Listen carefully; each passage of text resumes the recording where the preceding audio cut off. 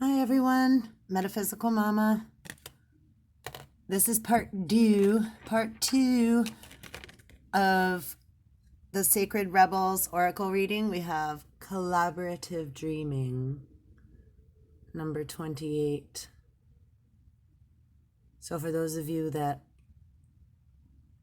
don't want to listen to the beginning of the reading, I hear you. I'll try to timestamp it. And otherwise, I'm going to start from the beginning. So here we are. Welcome, everyone. And please, on a side note before I begin, please, if you like, hit the like button. If you don't, you can hit the thumbs down button too. That's okay too. And please subscribe and bang that bell so that you get notifications when I pop up if you would like to. I appreciate it. And I'm so grateful for your presence and your time and energy spent here. So now I'll get to reading our collaborative dreaming. So, right, which is how we got here. So we've been doing this the whole time and didn't even know it. Okay, I'll have a little clearing. Your heart is big enough to dream not only for yourself, but for a new humanity. Imagine a world that is healed with respect, understanding, and with community that fosters life. There we go. Better. Even your dreams that relate to you alone will contribute positively to the greater good because that is the nature of your heart.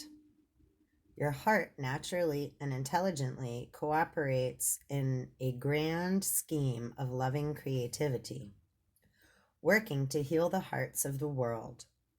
I think we're all working pretty hard, right, to heal our own hearts and that of the whole. It's like all together now. Collaborative dreaming. 222 as I said that. You are being asked to honor your growing desire to co-create with conscious, like-minded people. And that's all about, right, rising the divine feminine, right, being creative thinkers and using our fire to fuel our creativity, right? Once we start being able to do that instead of misdirecting anger and our unprocessed thoughts and feelings, right? Because that's really the goal. That's what we have control over, right? Not, we don't want to keep swallowing shit, right? It's like thoughts are things, thoughts are food, right? Food for thought. So, really important that we don't allow the surges of emotion, right? Those surges of energy that are lighting us up to overwhelm us and create too much of a toxic reaction that, you know, we're getting triggered. So this is about balance. So when we hear something, right, again, it's the age of Aquarius, right? So information age. So what we're doing with the information we receive or that we're putting out, right?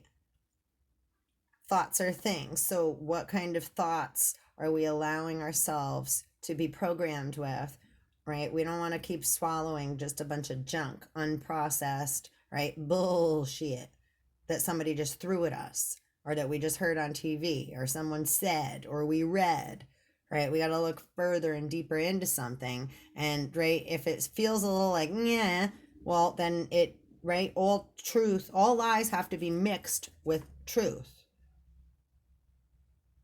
right? To make a garden grow, fertilizer is made with shit. So we just want to make sure that we're not only taking the surface value of something, right? We don't want to judge a book by its cover, right? So that's really part of the lessons we're all learning as little baby humans, right? Because many of us ascended masters are here, but we're still human too and have thoughts and feelings and are growing and dealing with a whole bunch of everything that same things everyone else is dealing with. It never goes away. We just gain more tools right, to be able to use to balance oneself out in certain situations when certain feelings and emotions and right thoughts come up. We recognize them and we have right a better ability, just like riding a bike or driving a car or anything else, right? It's like once we do it for a while we get better at it, and then we don't really have to think while we're doing it, right? We don't really think before we hit our blinker when we're driving. We just naturally do it and talk at the same time, right? We become one with our car. But most of us jump out of body, and we have a lot of inner child wounds and fears. So if we've had gone through abuse, and our military men, right, our soldiers, soul dyers, there's so many of us that right like PTSD, we have abuse and hurt. So coming out of harm's way and trusting others is very difficult, especially when there's so many manipulators out there, right, telling us, oh, like we'll be nice to you, and then it's like, that's like great, the witch in the woods from Hansel and Gretel. Or Snow White with the lady, the witch with the apple, right? Or like how we tell our children, don't go talk to the guy with the puppy or the someone that says they have candy, right? So we've had to live that way for a long time. So learning to trust one another, right, and create a safe, healthy boundary with detachment without saying fuck you, right? We don't want to say fuck you to somebody and get away from me, or I'm not talking to them anymore, they're a jerk. No, no, no. That means it takes two to tango. That's quantum entanglement. That means there's something I have to work on there. The question I should be asking self is, what lesson do I need to learn here? Right? When we ask the right question, we receive the proper guidance instead of just reacting and flipping out, right? Which we all do, and it's okay too. It's okay. We're not perfect, right? We're all perfectly imperfect. So it's okay. But as we keep going, we recognize it more often. So we don't do it as often because now, right, we're practicing. It becomes part of us. So now we have more ability to get through those rough, chaotic patches, right? The big, heavy tidal waves, karmic tsunami waves, right? So when a wave comes, we dive deep into it before we get hit by it so it doesn't knock us over, right? Or you get on your surfboard and you ride it, metaphorically speaking, right? So it depends, right? You gotta have discernment.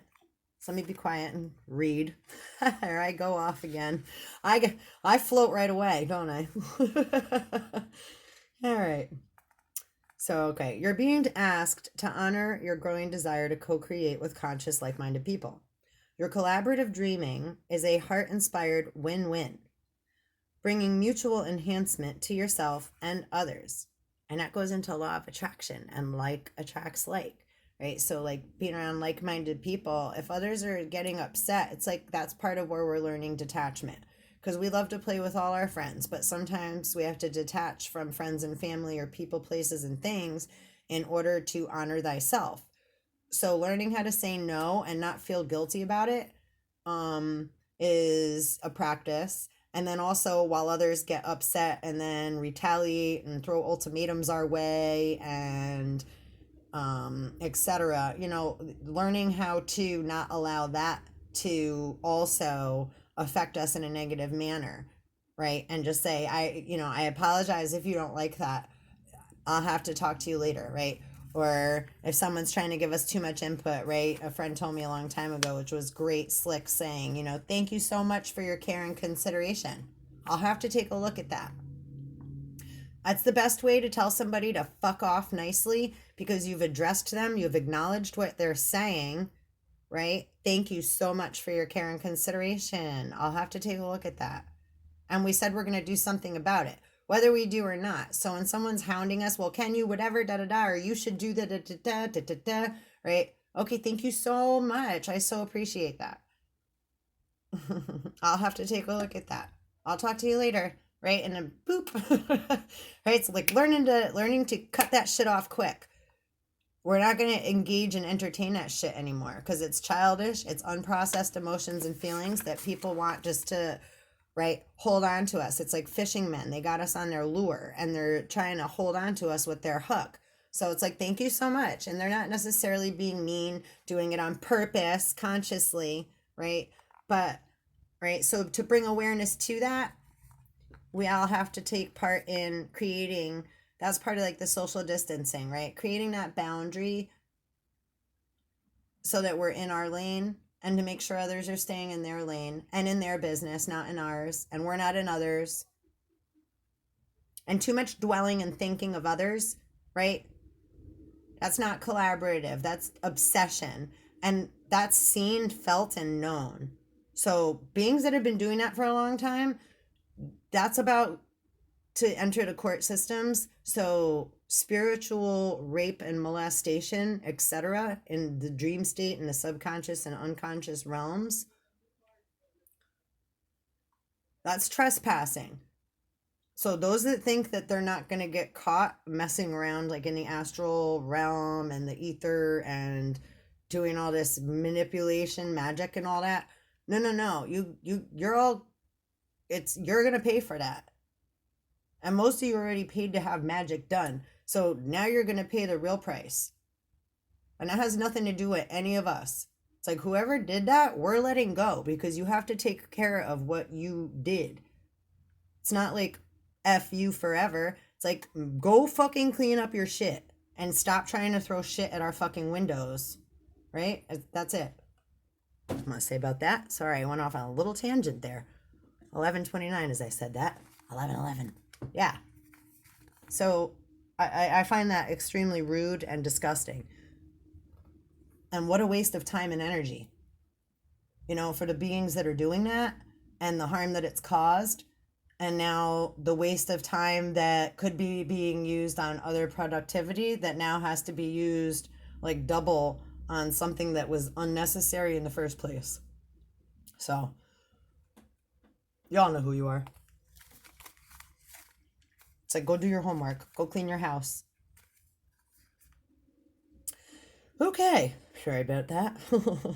Because us collaborative dreamers want to dream nice things. I don't mind getting all dirty either. You know, it's like I'll be the first one to jump in a freaking mud pit. But I'm not going to tolerate beings throwing lies around any longer about my bloodline or who I am or any person, place, or thing. It's like, no, no, no, no. That shit is old. It's so immature and just. How do you expect to be respected when you're beings, when you're behaving in such a manner that is so childish? And that's not childish in a healthy way. It's like, right, God said be childlike. So that means use your imagination, be playful, be open-minded, not like a kid brat bully. There's a big difference, you know, and we tell our kids to, you know, no, there's like a no bullying rule. When did that become like, it's like, yeah, but the whole world is run by bulls, right? I don't know. All right, so anyhow, let me clear that energy. All right. So let's keep on keeping on. So your collaborative dreaming is a heart-inspired win-win, bringing mutual enhancement to yourself and others. The heart wants to love and be loved. Working with others creatively is a way to allow the heart to grow. It is a chance for you to learn how to honor yourself and others, and to find ways to live and let live simply by growing and strengthening your active trust in your heart's guidance. And the heart intelligence is way more intelligent than our egotistical brain mind that thinks it knows everything. Mix that up with some feelings, right? Well, you are asked to bear the rough patches that can happen when you work creatively with others. Patience.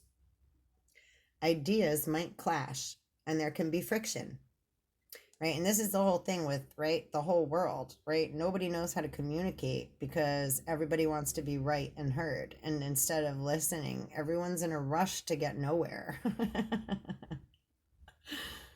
It's like if we take the time to listen to one another, we'll get much farther because we're cutting out all the bullshit. Anyhow, you are asked to bear the rough patches that can happen when you work creatively with others. Ideas might clash and there can be friction. particularly if you have different ways of working or thinking. Sometimes big dreams need more fire to ignite them into reality.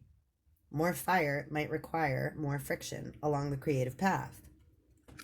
It is not meant to be a permanent condition, just an aspect of the creative process from which you can learn something useful, if you wish. Your guidance is to embrace any experiences of friction or tension within yourself or as you work with another, right? So acknowledge it with compassion, detachment, and tolerance. So we want to be aware, slow down to be aware of our thoughts and feelings when we're alone, and then when we happen to be around another, when we try to discuss something with another, when we're having to listen to another, right? What kind of feelings and thoughts are we having in those processes, right? So being compassionate and having a healthy manner of detachment, right? Not allowing the thoughts and the feelings we're having to stay in us, like hold on to them like a grudge, right? We don't want to hold on to anything. We want to let it go. And having tolerance and patience. So breathing a lot. When we feel anxiety, right? Woosa. Creative endeavors, particularly involving groups, can bring up unresolved issues about being valued, heard, or capable. They can also trigger disputes about taking responsibility or inflame insecurities about being cast into unfamiliar roles of leadership or of having to follow. This might happen for you, for others, or for all involved. The stronger the creative energy that flows, the more likely that triggering will take place. It is the nature of creative energy to move in all directions, like a hummingbird. We don't just move in one linear fashion. Time doesn't go linearly. It doesn't just want to grow one project. Everything that comes into contact with it